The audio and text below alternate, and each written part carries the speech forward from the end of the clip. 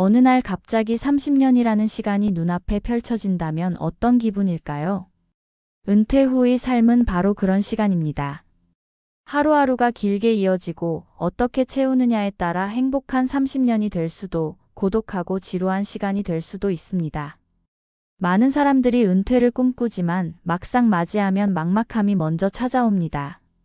직장에서는 바쁘게 시간을 보냈지만 이제는 스스로 하루를 설계해야 합니다. 처음에는 자유로움에 들뜨지만 곧 오늘 하루 어떻게 보냈지? 라는 허무감이 찾아옵니다. 시간이 남아돌지만 정작 할 일이 없을 때 사람은 빠르게 무기력해지고 자신감을 잃습니다. 무엇보다 주변의 시선과 기대가 사라지면서 정체성이 흔들리고 부부 갈등이나 외로움이 깊어지기도 합니다. 많은 분들이 은퇴 후 여유를 즐기며 좋아하는 일을 하면 된다고 말합니다. 하지만 현실은 단순하지 않습니다. 어떤 취미는 오히려 돈과 체력을 소모하며 갈등의 원인이 되고 어떤 활동은 하루를 허무하게 만들기도 합니다. 어떤 취미가 나를 지켜주고 어떤 취미가 오히려 노후를 망칠까요? 오늘 영상에서는 은퇴 후의 시간을 행복하게 만드는 취미, 그리고 가급적 피해야 할 활동에 대해 이야기해 보겠습니다. 이 영상을 끝까지 함께 하신다면 노후의 시간을 후회 없이 채워가는 지혜를 얻으실 수 있을 것입니다. 이 영상이 도움이 되셨다면 구독과 좋아요, 알림 설정 부탁드립니다. 퇴직을 하고 나면 가장 먼저 달라지는 게 사람입니다. 출근길에 스치던 얼굴들, 업무로 매일 통화하던 번호들이 순식간에 멀어집니다. 처음엔 쉬어가는 시간이 반갑지만 며칠 지나면 휴대폰이 조용한 순간이 길어지고 마음 한켠이 텅 빈 듯합니다. 집안에서는 하루 종일 마주보게 된 배우자와 사소한 일로 부딪히기도 쉽습니다. 밥 먹는 시간, TV 채널, 정리하는 방식 예전엔 대수롭지 않던 차이가 하루의 분위기를 가릅니다. 이때 중요한 건 예전처럼을 붙잡는 게 아니라 지금의 관계에 맞는 새 규칙을 만드는 일입니다. 먼저 관계를 다이어트하듯 가볍게 정리해보세요. 억지로 넓게 붙잡기보다 마음이 통하는 몇 사람에게 힘을 씁니다. 한 주에 한 번, 딱 3통화만 깊게 나누는 원칙을 정하면 외로움은 줄고 대화의 질은 올라갑니다. 동네 도서관 모임, 주민센터 강좌, 작은 봉사활동처럼 문턱이 낮은 바깥 활동을 하나만 추가해도 새로운 인연의 숨통이 트입니다. 부부 사이에는 함께하는 시간과 각자 시간을 구분하는 게 핵심입니다. 오전엔 각자 할 일, 오후엔 30분 동행 산책처럼 간단한 합의를 만들고 집안일은 도와줄까? 가 아니라 무엇을 맡을게라고 소리내어 약속합니다. 대화 주제는 오늘 있었던 일 하나, 고마웠던 일 하나, 내일의 작은 계획 하나로 가볍게 채워보세요.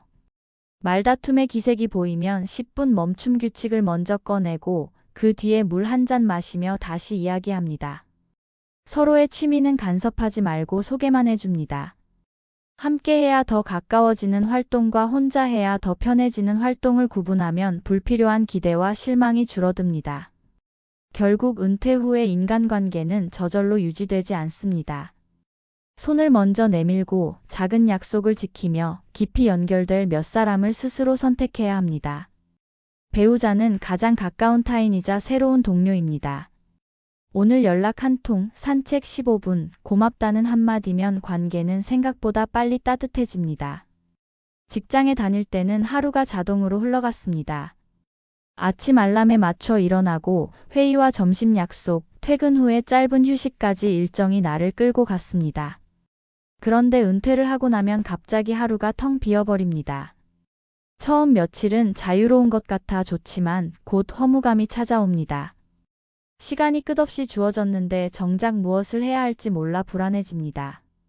나는 지금 제대로 살고 있는 걸까 하는 의문이 반복되면서 자책감이 쌓입니다. 더 큰 문제는 정체성의 흔들림입니다. 사회 속에서 나를 설명하던 직함과 역할이 사라지자 내가 누구인지 스스로도 헷갈리게 됩니다. 오랫동안 누군가의 상사, 직급이 있는 사람으로 불리던 나 자신이 더 이상 불리지 않을 때 마치 쓸모가 없어진 것 같은 허무함이 몰려옵니다.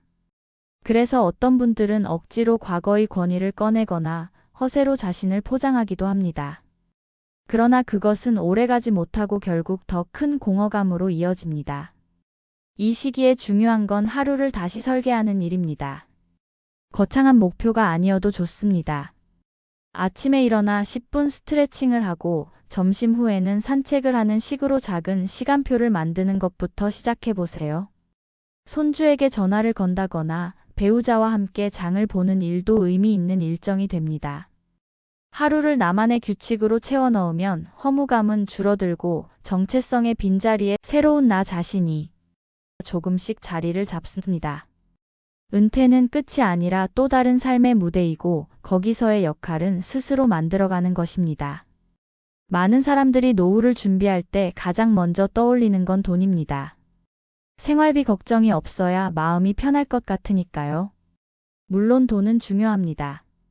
하지만 실제로 은퇴 후 삶을 살펴보면 돈만으로는 결코 행복을 지킬 수 없습니다. 건강이 무너지면 아무리 통장이 두둑해도 하고 싶은 일을 할 수 없고 돈과 건강이 있어도 하루를 채워줄 할 일이 없으면 삶은 금세 공허해집니다. 건강은 노후의 자유를 보장하는 가장 큰 힘입니다. 아픈 곳이 있으면 외출은 물론 친구 만남조차 부담이 되고 작은 병원 진료에 시간을 빼앗기며 하루가 흘러갑니다. 반대로 몸이 받쳐주면 소박한 산책도 작은 여행도 마음껏 즐길 수 있습니다.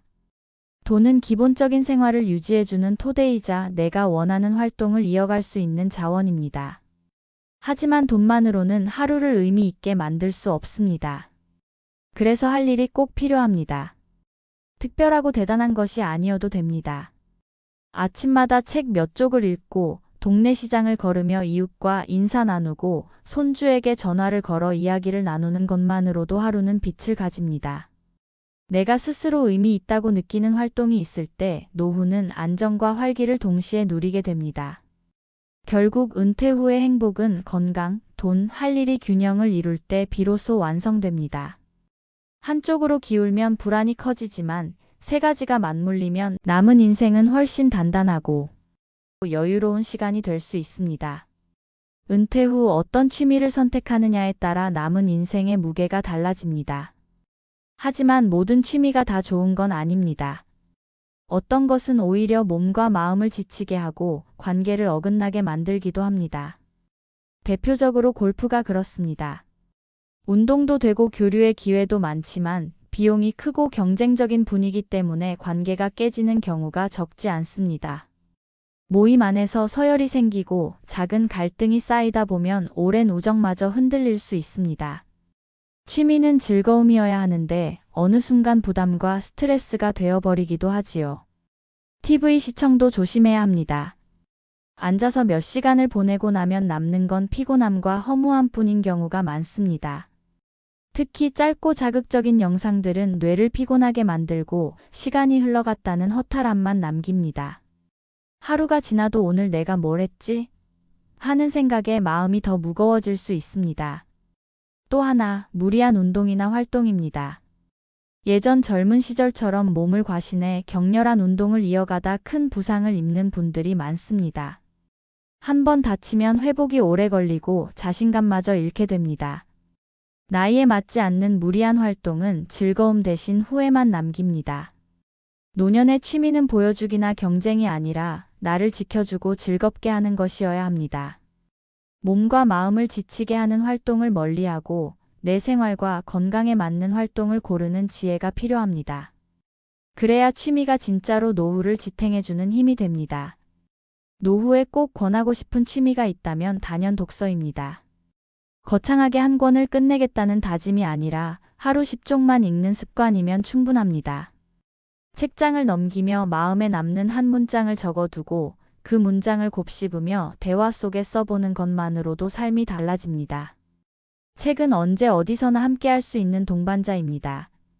날씨에 구애받지 않고 혼자서도 즐길 수 있으며 경제적 부담도 거의 없습니다. 무엇보다 머리를 맑게 하고 기억력을 지켜주는 힘이 있습니다. 치매 예방에 도움이 된다는 연구도 있지만 그보다 중요한 건 마음이 풍요로워진다는 점입니다. 독서는 또 다른 길로 이어지기도 합니다.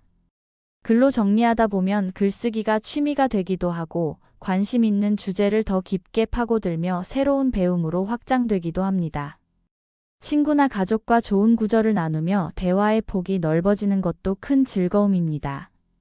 하루 10쪽, 그 작은 습관은 생각보다 큰 변화를 만들어냅니다. 어느새 몇 권의 책이 완독되어 있고 스스로도 몰랐던 성장과 변화를 확인하게 됩니다.